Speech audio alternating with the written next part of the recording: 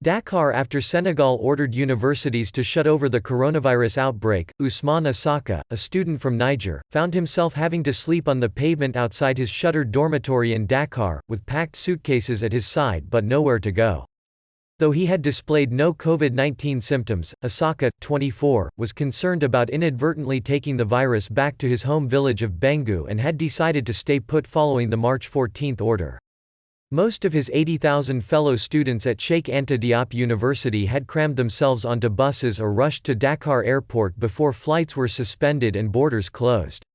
Asaka said he and a few fellow veterinarian students from Niger spent 2 nights sleeping rough on foam mattresses laid on the cracked tarmac in the eerily silent street outside his dormitory.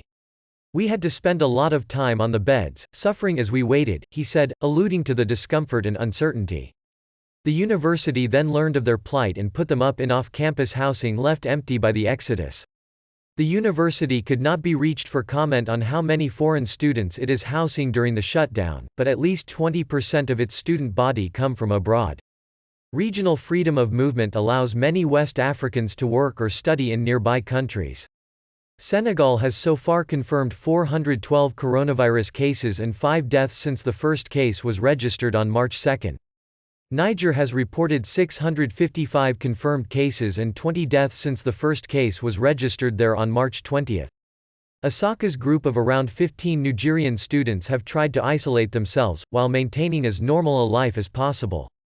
They keep up with their studies online, play soccer and send regular updates to anxious family members.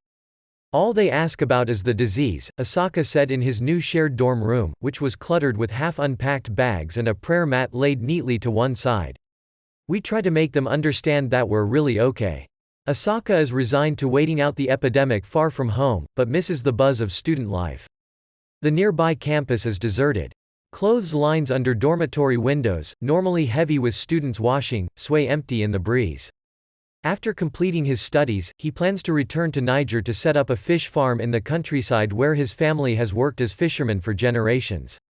"All we want to hear one day is that we've reached the end of this pandemic," he said.